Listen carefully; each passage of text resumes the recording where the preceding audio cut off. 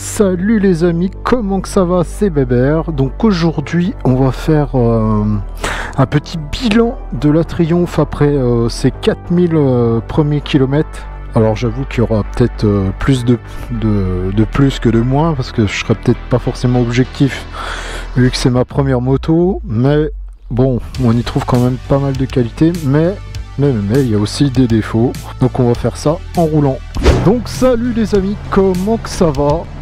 Alors aujourd'hui, comme je l'ai dit, petit bilan de la Triumph après 4000 km. Donc le rodage a été fait aux petits oignons.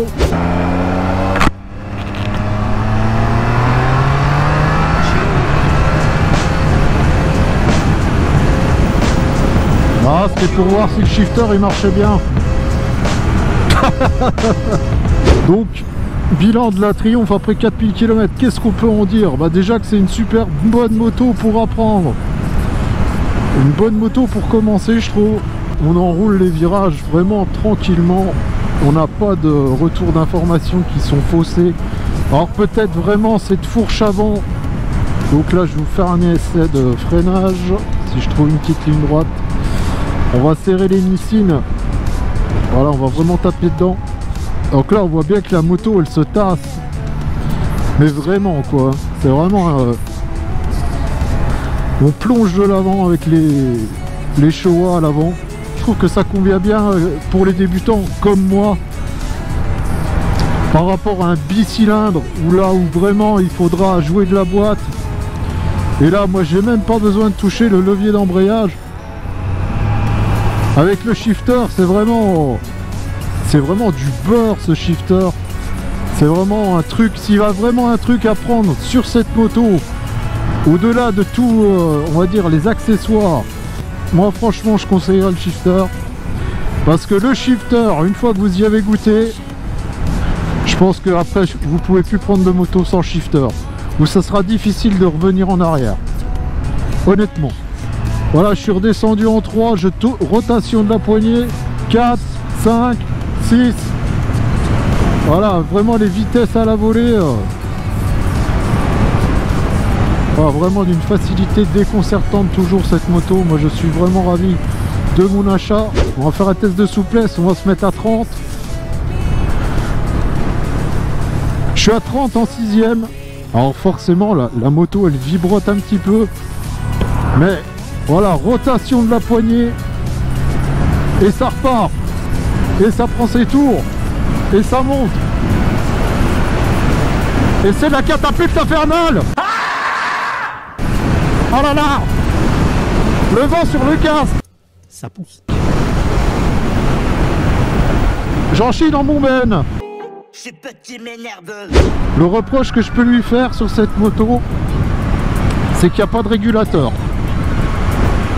Si vraiment il y a un truc à rajouter, Triumph, ça serait un petit régulateur, et là franchement on serait au top.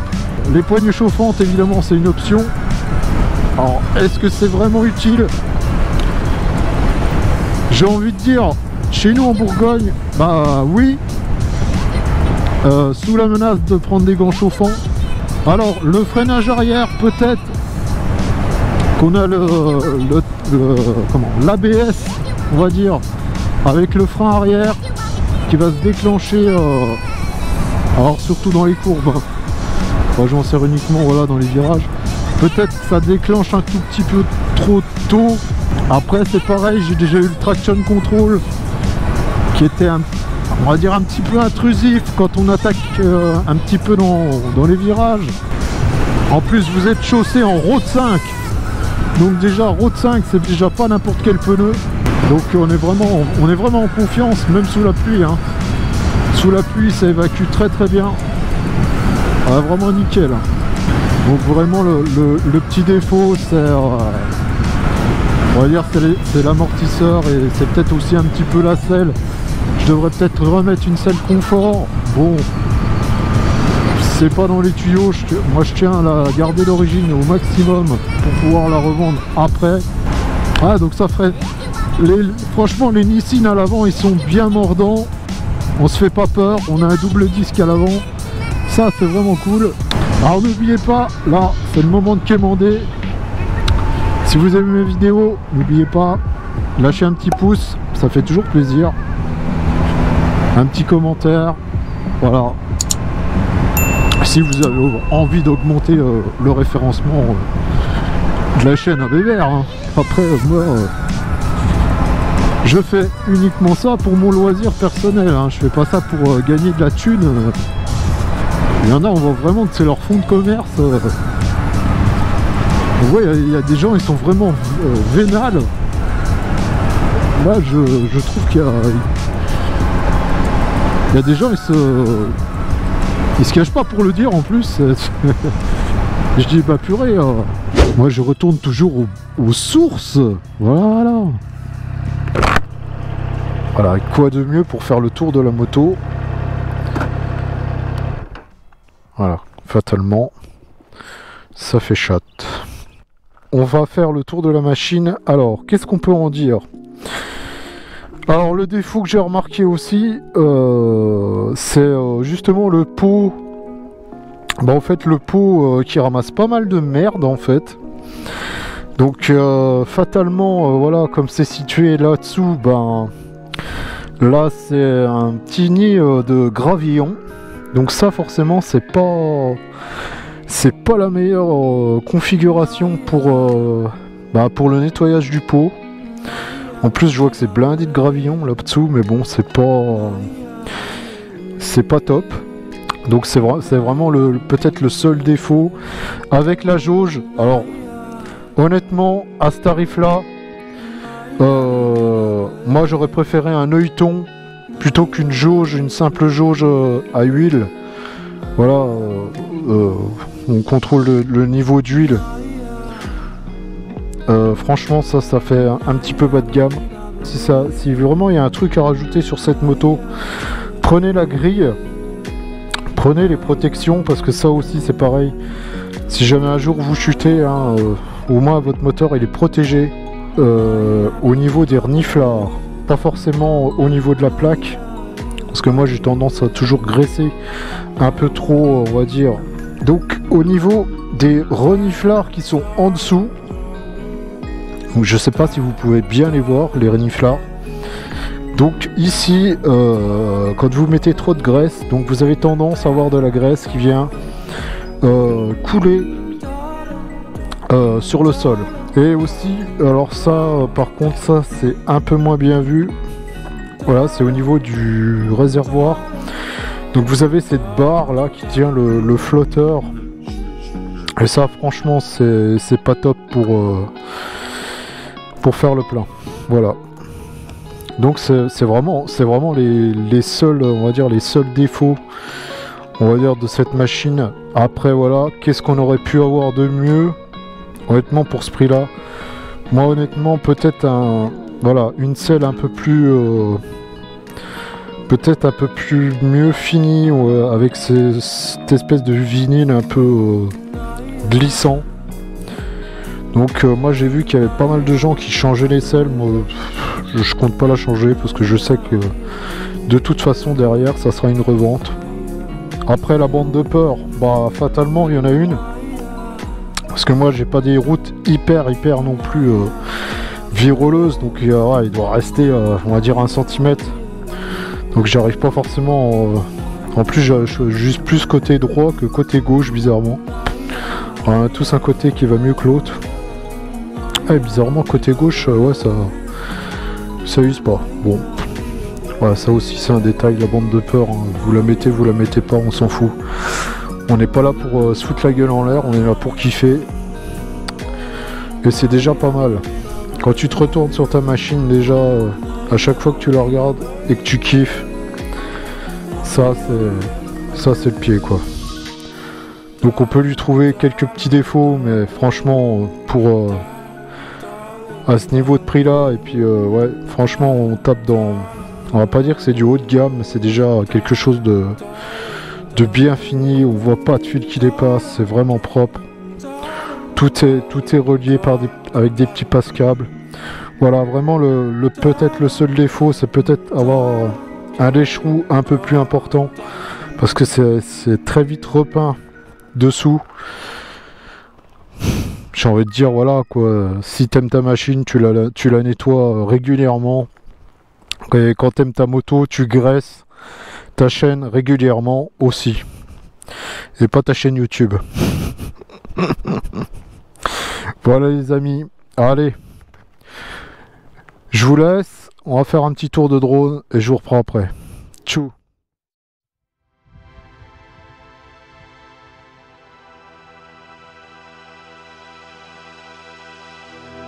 Overcast sky above your head.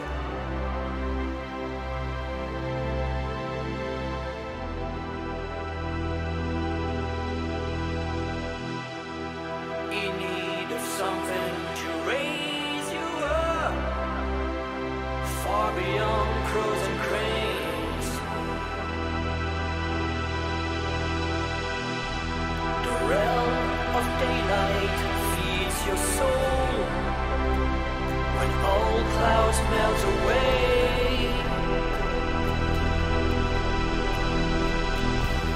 You're praising the sun to raise you up, to raise you up, up, up, up, up, up,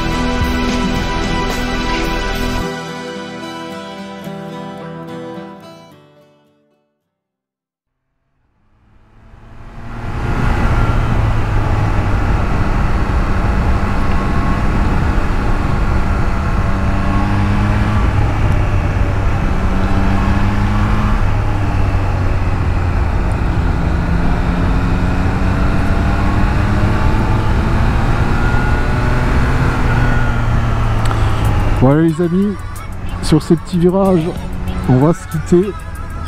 Je vous fais un gros V à tous. N'oubliez pas de faire de la moto. Restez prudent.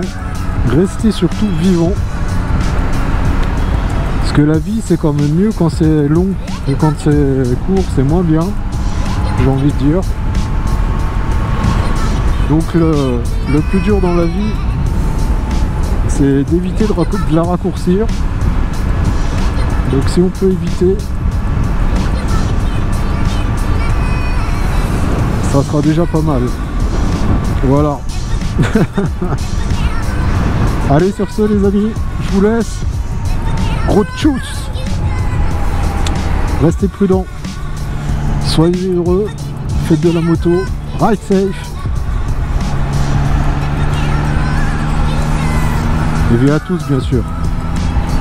Gros V massif de Bourgogne, un gros V massif aux gars du Schnorr, les Ch'timi.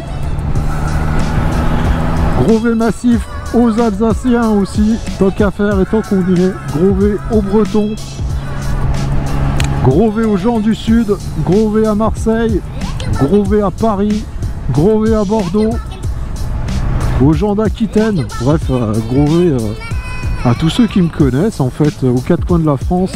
Allez, on fait une petite accel.